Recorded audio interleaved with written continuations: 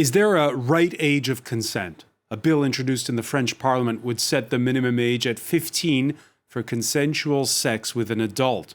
The law here bans sex with a minor, but that carries a much lighter sentence than in Anglo-Saxon countries, where it's automatically considered statutory rape. Why not here? We'll ask our panel. Child sex abuse is an abuse of power. Mighty adults imposing their will on minors.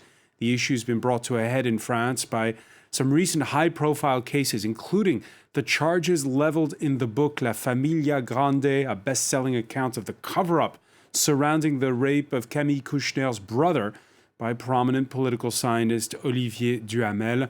On that score, what to do when the facts happened long ago and there is no material evidence. The tide seems to be turning in a nation that, for instance, in the name of separating the artist from the person, long defended film director Roman Polanski, who fled the U.S. rather than face charges over sex with a 13-year-old.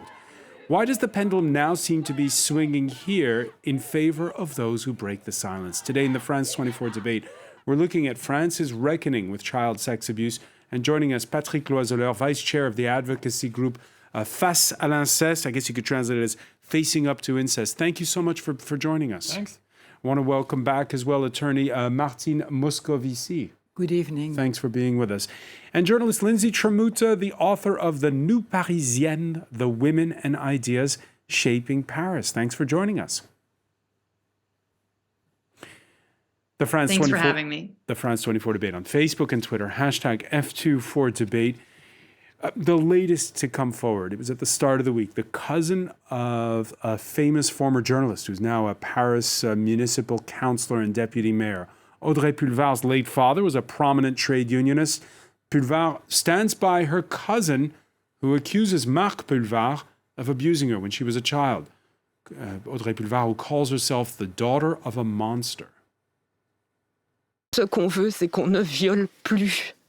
Chacun et chacune d'entre nous, à son niveau, doit se poser la question de la façon dont on identifie les signaux, dont on empêche ce genre de crime d'arriver, de se produire.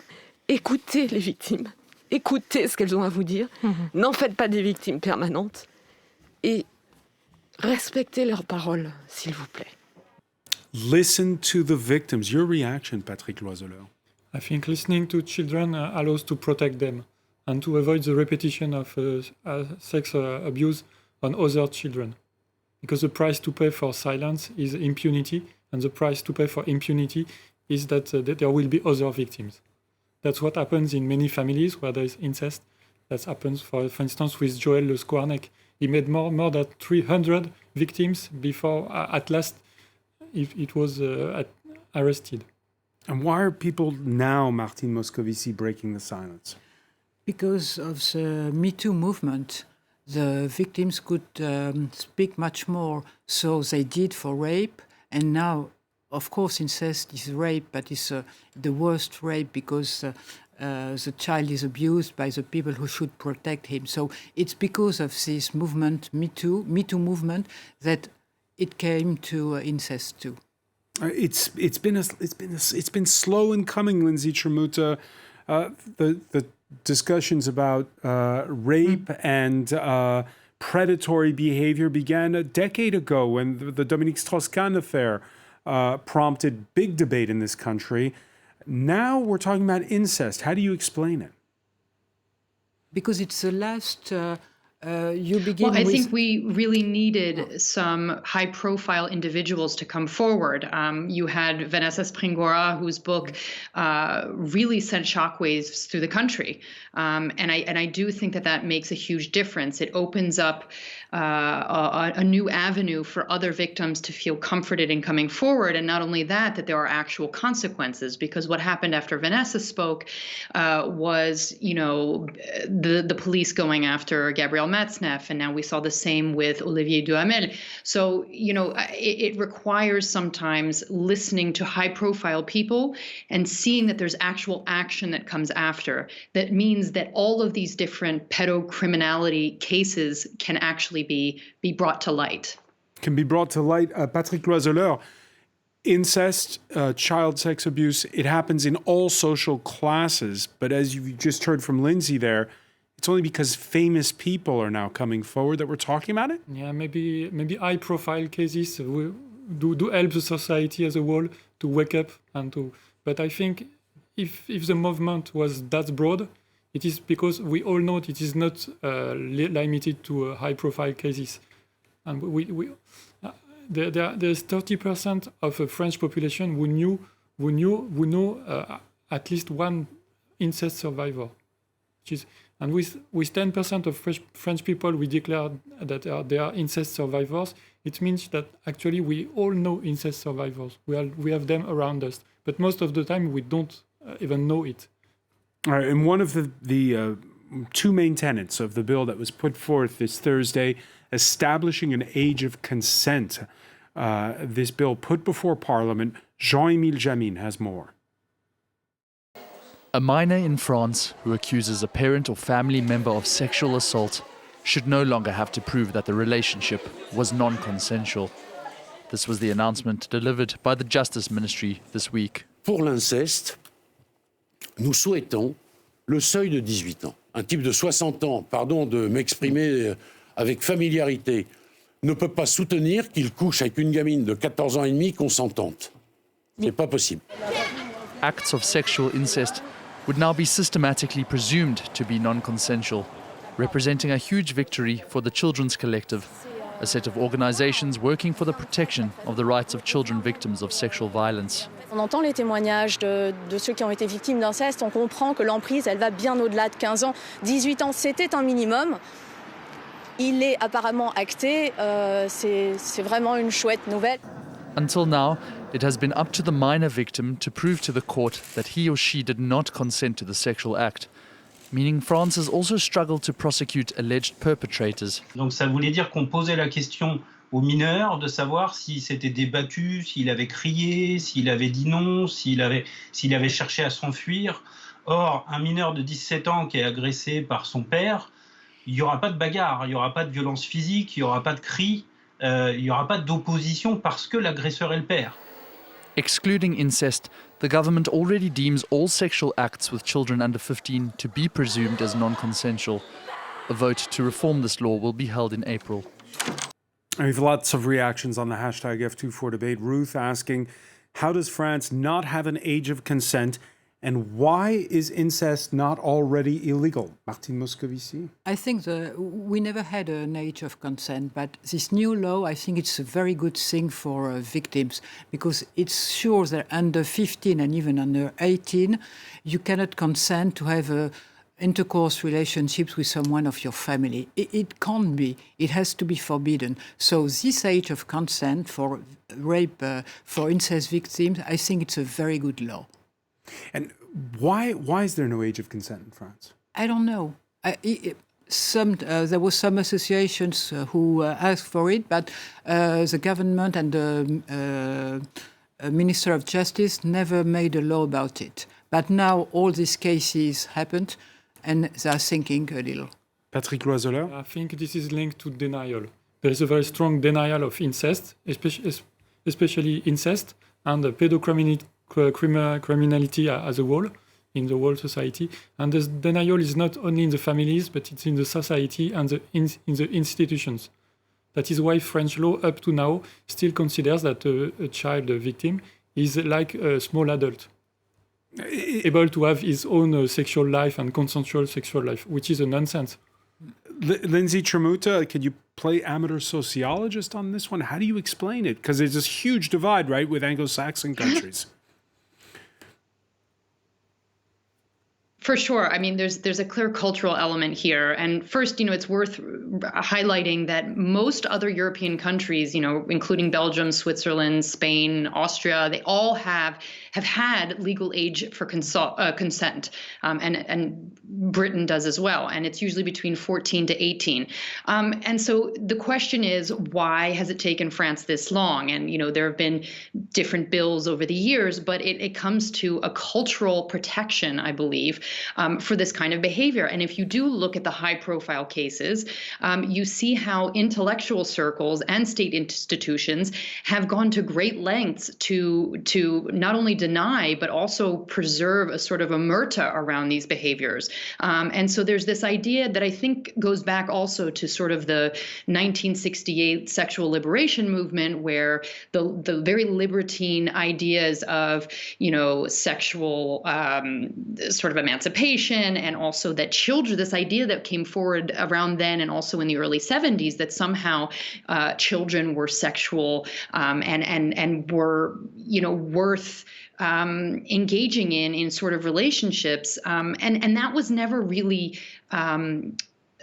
sort of ostracized, or people who perpetuated these ideas were not ostracized. So if you think about Gabriel Matzneff, who was very open and public in his work about his relationships with young children, and including Vanessa Springora, you had a whole culture that lifted him up and provided him literary accolades, instead of, really clamping down on that behavior and saying, no, this is unacceptable, and, taking him to jail.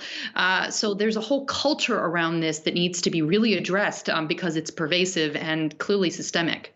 Yeah, before La Familia Grande, that was, you just mentioned it, I just want to remind our viewers, Vanessa Springora's first-person account of what it was like when she was 14 years old, being the mistress of author Gabriel Matzneff, 35 years her senior. Le Consentement, the consent, shows how intellectuals praised the writing of the now 84-year-old Matzneff when he would openly describe his taste for young girls. In 1990, on France's most famous literary talk show, Apostrophe, a Canadian journalist, Denise Bombardier, called out Matzneff, and wow, she got roasted for it, Martine Moscovici. It was really a shame. And what is also very odd is that Matzneff was supported by Bernard Kouchner. There was a huge article in a newspaper where Bernard Kouchner, the father of the boy who has been raped by his stepfather, he supported these things. It's really awful. I know you're not in Bernard Kouchner's mind, but is this a case of mores that are being protected, or is it power that's being protected? I think power, and they were all having. They in fact they didn't think about children. They were only thinking about adults having sex with young children. They didn't think one moment to these poor children. It's a shame. Is it about power, pure and simple, when you hear? Yes. So of course, most of the time, pedocriminality has nothing to do really with sexuality. It has all to do with domination and power, and it's really easy to manipulate a child and to get the child do whatever you want. So why did easier than with why did the Matzneff affair not shock people in 1990, and why does it shock people today?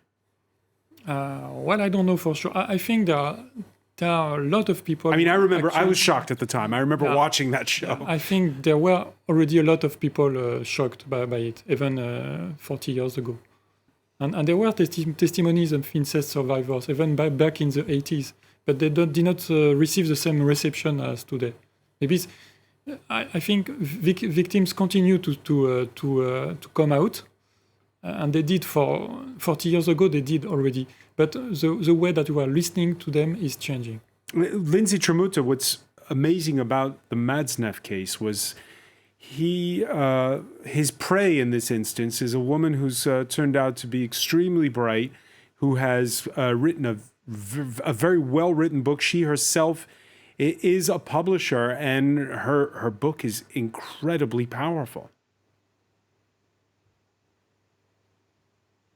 Yeah, I mean, it makes you wonder, and I know this is something that my friend and colleague Lauren Collins of The New Yorker, who interviewed Vanessa, highlighted in her story, which is, can you imagine the amount of years that we weren't getting her talent because, she was torn about this this past she had with him, and seeing him continue to be protected over the years by the literary circles that she herself was trying to be part of. I think it's really a horrible thing when you realize that someone's so many years of someone's life is stripped away by these experiences. And, the fact that she didn't come forward until now is so typical of these kinds of traumas. And I think that leads to, the other element of this discussion, which is, how do we prosecute? How do we handle the fact that people are coming forward so much later? And it seems to be, this is obviously a worldwide issue, and this question around listening to victims and giving them space to come forward, but also understanding the psychological process that they go through to be able to come to terms with what happened to them and reveal the truth to individuals around them and know that they will be taken seriously. Martine Moscovici, there's a little bit of a controversy regarding the bill. There's a lot where everyone agrees, but there is a little bit of a difference. The Justice Minister likes the statute of limitation, 30 years, as it is. The bill would have it 30 years from the time the victim turns 18. Your thoughts? Now it is 30 years from the time victims are 18. Sorry. It goes to 48 years old, until they are 48-year-olds. But I think you mustn't do it longer. Why? Because as a lawyer, we have a problem of evidence. If the victim didn't talk to anyone, how can you question witnesses or teachers or friends? We have a huge problem of evidence. So 48 years old, I think it's a last limit for me. Do you agree, Patrick Loiseleur? I think the problem of lack of evidence could be treated on a case-by-case basis. This is what is done in United Kingdom, where there is no statute of limitation, actually. But you can prosecute at any time. And of course, there is a problem of evidence after 30, 40 years. Of course, there is, and we know that. But in the case of serial perpetrators, the number of victims only grows with time. And the number of proofs, therefore, grows with time when time passes by. And in that cases of serial perpetrators, we want that all victims could be treated on an equal basis. And not because currently in pedocriminality affairs with a serial offender, to some victims you say, oh sorry, there is a statute of limitation, you won't be recognized as a victim, and for other victims it's okay, and that's unfair, we think, and all victims should be treated on an equal basis. Very briefly, because we have to go to the break. No, I think it's you can't. I mean, when there's a prescription, there's a limitation. There's a limitation. You can't change a law like this. I don't agree. I mean, if the victim is 50, 55, it's too late. I'm sorry for her or him, but it's too late. We have too many problems with evidence. All right, we're going to pick up on these points. When we come back, stay with us. You're watching the France 24 debate.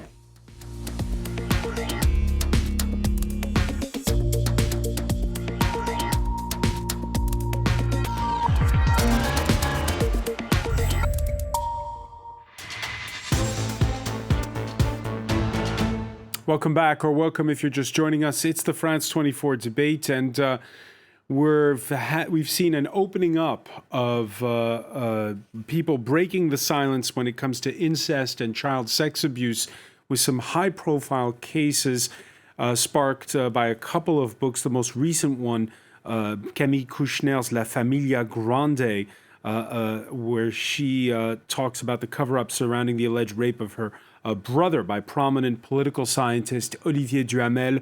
We're talking about it on the day when a new bill is being put before the French Parliament to establish an age of consent in France. We're talking about it with Patrick Loiseleur, vice chair of the advocacy group Face à l'Inceste, Facing Up to Incest, attorney Martine Moscovici, and journalist Lindsay Tramuta, author of The New Parisienne, The Women and Ideas Shaping Paris. Just before the break, we were discussing the issue about a statute of limitation when it comes to victims of incest and victims of, statutory rape, breaking the silence and how long afterwards you do it, especially hard when those events go back decades, and in some instances, when the victims have blocked them out of their minds completely. It's a France 24 report read by Emerald Maxwell.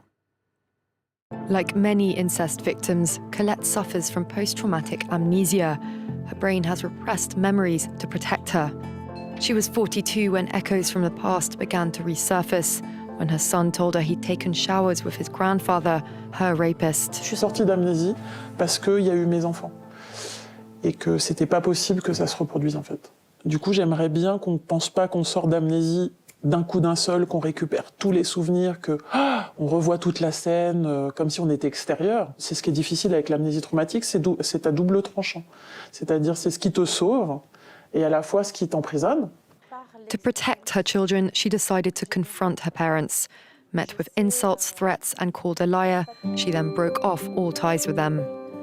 For the past 2 years, Colette's been taking part in support groups with other victims of incest and their relatives. The reason most of the participants here wish to remain anonymous is that they fear being sued for libel by their abuser. But society is changing. More and more abuse victims are speaking out, including those of incest, perhaps the greatest taboo of all. At Paris's Panthéon-Assas University, psychiatrists, lawyers and activists gathered for a roundtable discussion. Dans la plupart des dossiers, les mineurs victimes déposent plainte des années plus tard. Donc on a la difficulté d'évaluer ce discernement a posteriori. The aim of these discussions is to push for reform in the law around incest and consent to facilitate legal action against abusers. As it is, this type of abuse often goes unpunished in France. Less than 10% of victims file a complaint, and only 10% of these cases end with the abuser being sentenced for rape. Ce qui va décourager la victime, c'est la manière dont elle est prise en charge. Elle arrive au commissariat, il y a 5 personnes autour d'elle dans le bureau qui circulent, il faut qu'elle raconte son viol, et puis elle va être un petit peu tensée parce qu'elle va avoir attendu quelques années avant de déposer plainte, donc on va lui dire « mais pourquoi vous avez déposé plainte si tard ?» Et puis il y a les délais de la procédure qui là sont très décourageants. J'ai une cliente, ça fait 6 ans qu'elle a déposé plainte, en enquête préliminaire, on n'a toujours pas d'instruction, contre un oncle qui a déjà été condamné à 12 ans de prison pour avoir violé ses enfants. French law says anyone victim of incest while a minor can press charges till the age of 48, 30 years after they reach the age of majority. Colette, therefore, has 4 years left to do so. Whatever she decides to do, she can already claim 2 victories: overcoming her amnesia and confronting her childhood demon head-on.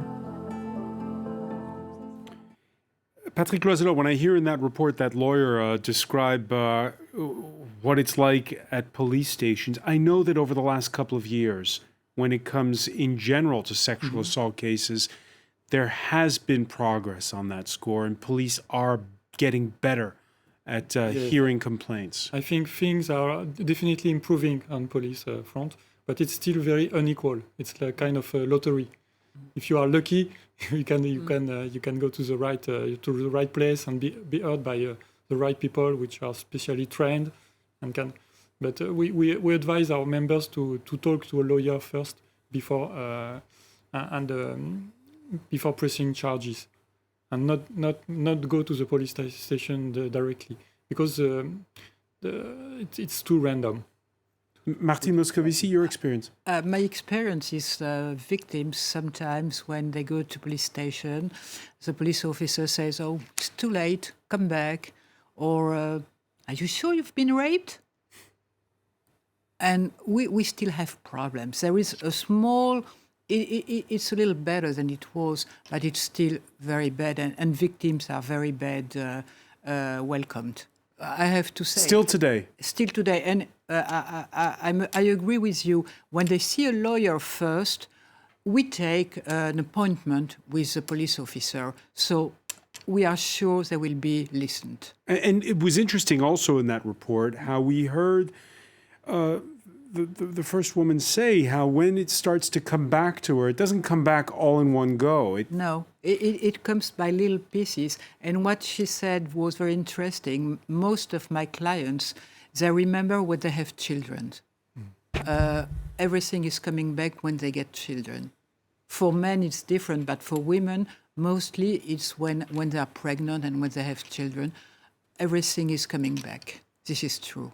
But, you know, with police and gendarme and military army, it's really still a big problem. In certain police stations, there's no problem, but in very small police station, we have problems. And we have to call the police officer and say, you didn't listen what she told you.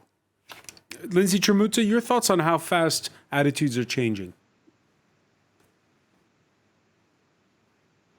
I would say not fast enough. I think, it's amazing to see how people have reacted just since Vanessa Springora came forward a year ago.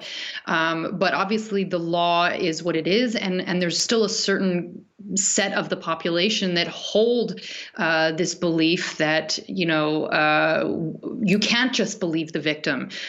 There's always this level of doubt. And of course, then there's the risk of defamation charges, which is very common in France. So there's more than just one piece of legislation that needs to be changed. It's a whole mentality. And even if the general population feel that these crimes must be, brought to justice, there's the legal aspect and the police that aren't necessarily trained properly enough. So there's really a whole piece missing, I think, of training and education to account for what we do know are psychological blockages that prevent people from either coming forward in the case that we just saw of Amnesia, or simply just not being able to talk about it because of means of being disbelieved in the past. All of that needs to change, and I think it's going to take a lot of time. It's a tough one, isn't it, Lindsay? Because on the one hand, it's been proven that victims aren't lying. They're telling, if they have the courage to speak up, it's very rare those who are not telling the truth. On the other hand, we don't have the Napoleonic Code here anymore. There is the presumption of innocence. So you can't, it's a difficult balancing act. Well, what I would say to that is that, the reality is that false accusations represent less than 10% of cases. And that's actually more of an American figure that we believe applies in France. But there aren't studies that have been done to confirm that. So we figure it's probably about the same.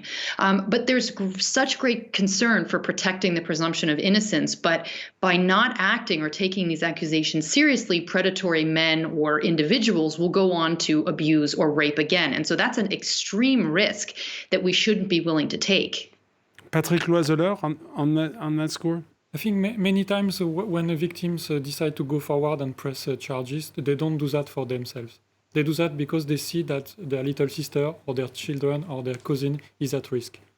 And they do that. They wouldn't do that for themselves, but they would do that to protect younger children. We saw the case recently, right? There's this famous French actor, Richard Berry. Mm-hmm.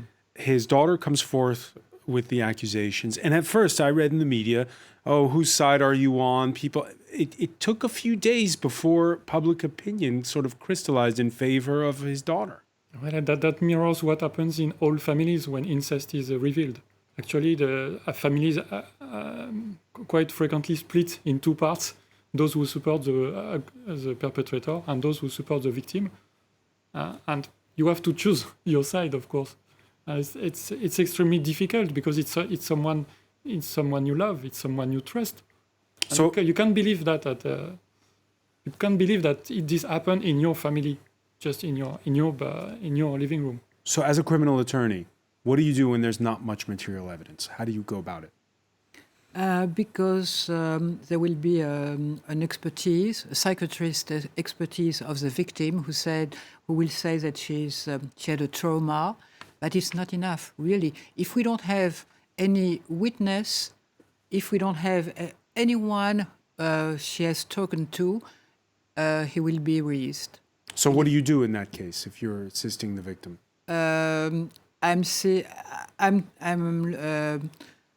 I'm asking her if she talked to a doctor, if she had problems in her scholarship, because this year maybe she had really problems in her study.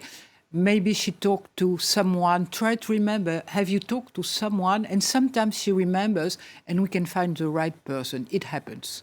But when there's any witness and the raper, he will say nothing happened and he will be released.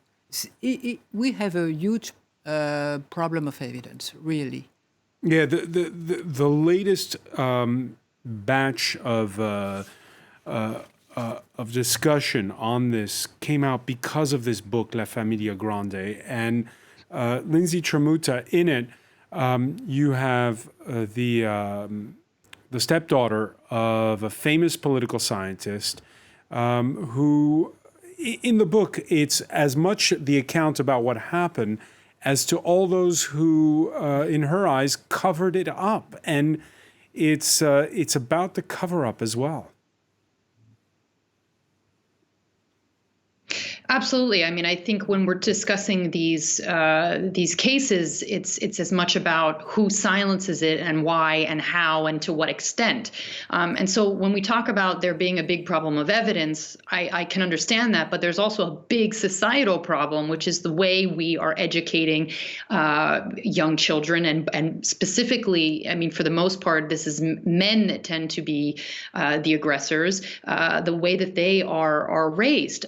So if we start really digging into the dangers of toxic masculinity, and as a society, we look at the impact that has on children as they're growing up, on them as adults, and what kinds of behaviors that perhaps lead them to employ. I think we're having the right conversation. It can't just be isolated to legislation and the justice system. We need to be talking about why, from a societal perspective, we keep having these discussions. And you saw it on Twitter, the way that someone, I was a journalist who had actually gotten blocked, I think, from Twitter or from Instagram for asking the question, what has to happen for men to stop raping? And so a similar question could be asked to the abuse of children. And until we really address that underlying cultural and societal ill, I don't think we're going to have the kind of revolution in our mindset that we need.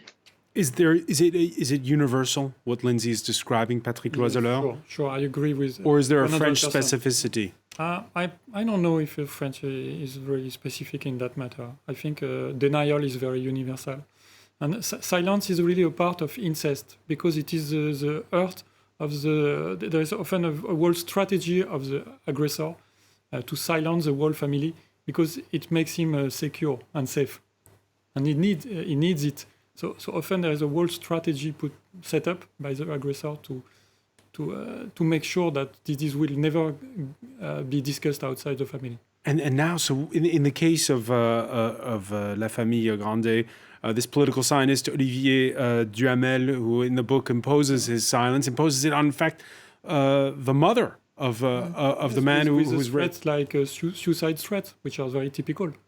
If you speak up, I will commit suicide, which is a very violent threat. And your reaction to the fact that his demise has now brought upon the demise of the now ex-dean of the French Political Science Institute, Sciences Po. Yes, sure, but well, much beyond this particular case, I think the more incest is spoken out and discussed and talked publicly, and with prevention at schools, and with doctors speaking to their patients, asking them, "Are you victims of sexual abuse?" The more we speak up about sex violence outside the family, the more we protect children indirectly. Martine Moscovici? I agree, but I want to also say that what I can see now is many women, they say they accuse their husband at the moment of divorce to have abused of their children, to have the custody of the children. We have this very, very often. It happened 20 years ago. It was 1 out of 10 divorces. It stopped with Outreau case, and now it's coming again that women say... Yeah, Outreau was a big pedophilia case a couple of decades back. Yeah. And we have a big problem now. I see a lot of men being accused by their future ex-wife of having abused children. It's not true, but they are sure to have their children with them. We have to be very careful with this. You agree, Patrick Loiseleur? Actually, when you learn that your child is victim of incest, it's often very difficult to protect him and to find an efficient protection. Because justice is slow, because there is a presumption of innocence, and sometimes of course, the material proof is hard to find in those cases. So but because of lack of training, lack of there are actually reliable methods to speak with young children. We are really speaking about children which are very young, and you speak with them very little time after the actual sexual abuse. And in this case, if you apply the scientific procedure like the NIST protocol and ECHD, you can have a more reliable interrogation of children. But it's not applied everywhere. So you cannot speak to a child as if he's an adult victim. You have to apply specific procedures, and it's not done everywhere. This is true. There is a very special procedure at the police. I don't say victims lie. I say maybe in divorce cases, 10% they lie. 10%? I've asked my colleagues, do you have this case? And they all answered me, we all have these cases when women say the child has been abused, and there's going to be a complaint at the police station, and the divorce will be very bad for the man. And several years after, the child will say, I was forced by my mother. About 10%, yes. Lindsay Tramuta, your thoughts on going forward now? Because one of the most poignant things we heard in that clip we played at the top there, it was part of a bigger interview that was done on French public radio with Audrey Pulvar. She had this remark. She said that there's this claim that by speaking up, it's liberating, but it's not liberating at all for victims. This isn't, Me Too was billed as this thing where you were going to say that there was this abuse that happened and we're all going to feel better. But of course, it's not the way it works. No, it's not that simple. And I think perhaps for some it's quite liberating, and for others it summons all sorts of emotions that maybe they weren't perhaps prepared to deal with. But I do think the one good thing out of all of this is, that we're talking about it and that we're having discussions around consent and we're talking about abuse. And I think that is the right direction to take. I would just simply say that we have to be very careful about communicating any kind of message that suggests that women are out for vengeance when they come forward. And I think that's very risky. Not only could it prevent women from coming forward if they are continued to be assumed that they are lying or fabricating something, but we need to be very careful about the instances that where we discuss any false accusation. And I think this discussion has highlighted that of course there are moments where perhaps situationally it becomes difficult to prove or to verify claims, but we need to be very careful on that messaging if we want to continue on this path toward, greater understanding and having action being taken. One final question I'll put to you, Patrick Loiseleur. Since the publication of these two books we've been talking about, how many more people have come to see your association? We've seen a big increase in our members, even donations, and so definitely there are more and more people in France who are willing to take that problem and really facing up incest as a major public health issue, and it's more than just a few cases, a few mediatic cases. It's really a mass crime, and it's a massive public health issue. A public health issue? Yes, sure. Not just a criminal issue, but a public health issue. Yes, explain. Definitely, because victims need special care and with the PTSD and all the consequences for during their whole life. So we need to detect it earlier, like we do for cancer. The earlier you detect, and the earlier you can act and protect the children. All right. I want to thank you so much, Patrick Loiseleur. I want to thank Martine Moscovici, Lindsay Tramuta for being with us as well. And we want to thank you for joining us here in the France 24 debate.